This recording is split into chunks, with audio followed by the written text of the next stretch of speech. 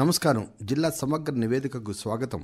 ఈ కార్యక్రమం ద్వారా ఆయా జిల్లాలో అభివృద్ధి కార్యక్రమాలు, ముఖ్య ఘట్టనలు తదితర అంశాల గురించి మనం తెలుసుకుంటున్నాం. ప్రస్తుతం సూర్యాపేట జిల్లా నుంచి మా ప్రతినిధి మంజుల గారు అందుబాటులో ఉన్నారు.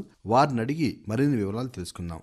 నమస్కారం మంజుల గారు. నమస్తే సార్. చెప్పండి, సూర్యాపేట జిల్లాలో ఇటీవల చోటు చేసుకున్న సంఘటనలు, కార్యక్రమాలు ఏమిటి?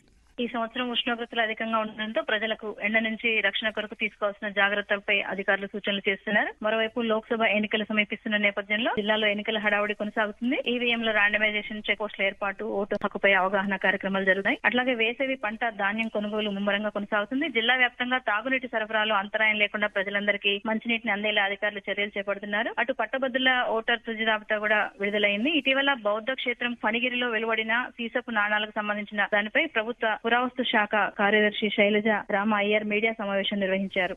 జిల్లాలో ఎన్నికల కోడ్ ఉన్న నేపథ్యంలో అధికారులు ఎలాంటి చర్యలు తీసుకుంటున్నారు? సూర్యాపేట జిల్లా ఆంధ్ర తెలంగాణకు సరిహద్దుగా ఉండడంతో జిల్లాలో అన్ని చెక్ పోస్టులు కూడా గట్టి నిఘా ఏర్పాటు చేశారు. జిల్లా అంతటా కూడా మోడల్ కోడ్ ఆఫ్ కండక్ట్ అమల్లో ఉంది. అక్రమంగా తరలిస్తున్న నగదు, మద్యం, బంగారం ఇలాంటి వస్తువులు ఏమైనా ఉంటే స్వాధీనం చేసుకుంటున్నారు. ఇప్పటి వరకు కూడా మద్యం, వాహనాలు, నగదు, ఆభరణాలకు సంబంధించి 4 కోట్ల మేర సీజ్ చేశారు. మరోవైపు లోక్సభ ఎన్నికల నేపథ్యంలో ఎలక్ట్రానిక్ ఓటింగ్ మెషిన్స్ మొదటి దఫా ర్యాండమైజేషన్ కూడా పూర్తి చేశారు. 4 అసెంబ్లీ స్థానాల్లో కలిపి కూడా మొత్తం 4680 ఓటింగ్ యంత్రాలు, బియ్యులు, సియులు అయితేనేమి, వివి ప్యాట్స్ మొత్తం కూడా ర్యాండమేషన్ ప్రక్రియ పూర్తయింది. రాజకీయ నాయకుల సమక్షంలో ఈ కార్యక్రమం నిర్వహించారు. అట్లాగే పోస్టల్ బ్యాలెట్ కోసం అప్లై చేసుకునే వాళ్ళు ఈ నెల 20 వరకు కూడా అప్లై చేసుకోవాలని సూచించారు. 85 ఏళ్లు పైబడిన వారు, అట్లాగే అంగవైకల్యం ఉన్న వాళ్ళు కూడా ఇంటి నుంచి ఓటింగ్ చేయడానికి అవకాశం ఉంది. అట్లాగే అధికారులు, జర్నలిస్టులు ఎవరైనా ఎన్నికల విధి నిర్వహిస్తుంటే కనుక వారికి కూడా పోస్టల్ బ్యాలెట్ సద్వినియోగం చేసుకోవాలని చెప్తున్నారు.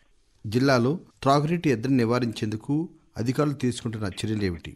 వేసవిలో జిల్లాలో తాగునీటి సమస్య తలెత్తకుండా ఉండేందుకు పటిష్ట చర్యలు అయితే అధికారులు తీసుకుంటున్నారు. రాష్ట్ర ప్రత్యేక అధికారి PR and RD commissioner Anita Ramachandran ఇటీవల అధికారులతో రివ్యూ నిర్వహించారు. జిల్లాలో నీటి నిల్వలు, లభ్యత, డిమాండ్ ను దృష్టిలో ఉంచుకుని ముందుకెళ్లాలని సూచించారు. ఇక్కడ కూడా కొత్త బోర్లు వేయడానికి అనుమతులు ఇవ్వొద్దని తెలిపారు. అట్లాగే నీరు సమృద్ధిగా ఉన్న వ్యవసాయ బోర్లను అద్దెకు తీసుకుని ప్రజలకు నీటిని అందించేందుకు సద్వినియోగం చేసుకోవాలని అధికారులకు సూచించారు. జిల్లాలో తాగునీటి ఎద్దడి నివారణకు పటిష్ట చర్యలు అయితే చేపడుతున్నారు. సూర్యాపేట జిల్లాలో అధిక ఉష్ణోగ్రతల నేపథ్యంలో అధికారులు తీసుకుంటున్న ముందస్తు చర్యలు ఏమిటి?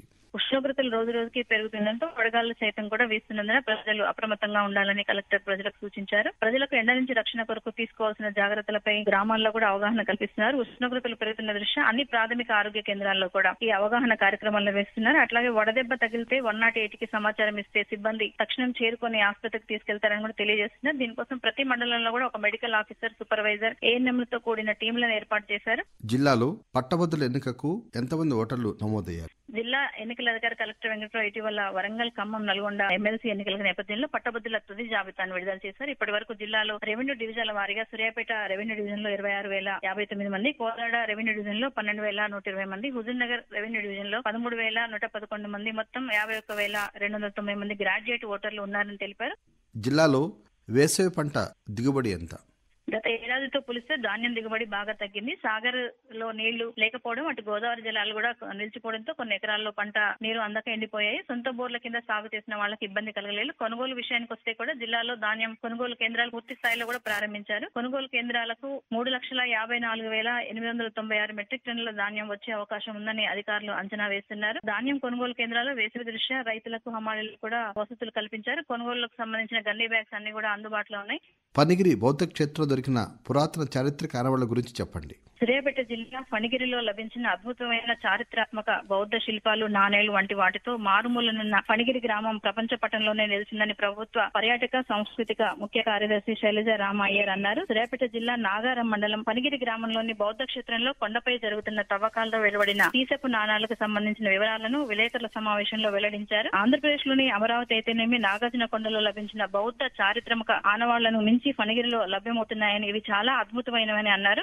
అదండి, సూర్యాపేట జిల్లా నుంచి మా ప్రతినిధి మంజుల గారు అందించిన జిల్లా సమగ్ర నివేదిక. మరి మరో రోజు మరో జిల్లా సమగ్ర నివేదిక విందాం. అంతవరకు సెలవు, నమస్కారం.